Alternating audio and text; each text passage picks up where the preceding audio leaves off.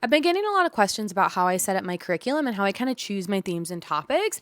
And honestly, one of my favorite things to talk about, because with a monthly curriculum, you want it to feel structured enough that it's intentional, but flexible enough that you actually want to do it. I usually plan my curriculum by season, which just means I plan a semester worth of curriculum. But I do not plan every single detail. But I do create a full database in Notion. I am type A, I'm a Virgo through and through, so that just works for me and my brain. So how do I choose my themes? I typically will start with 3 questions. The first question I'll ask myself is, what am I genuinely curious about right now? Second thing I'll ask is, what do I feel connected to in this season? And the third thing I will ask myself is, what do I think will make my life feel richer but not busier?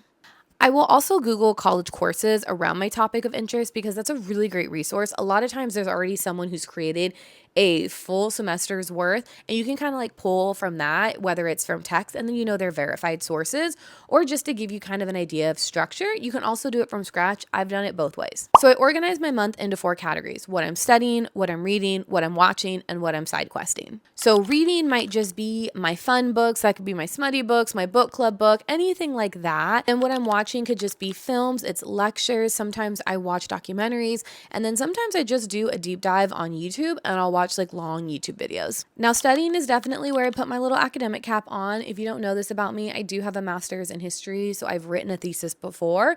So I do like to be a little bit more specific and intentional with my research projects, specifically like if I'm studying something that I want to really deep dive on. Side quest is where I add all my whimsy and joy. I think that is so important. You have to round out a month with some fun. So for my side quest, I try and do field trips. Typically I do one a month that's based around my curriculum. I build Legos. I do needlepoint. I will pick new hobbies that I just want to try. Sometimes it's like a new workout. I'm like, I really want to try this. Like I just heard about sword fighting yoga or sword yoga. I don't know. It's been coming across my feed.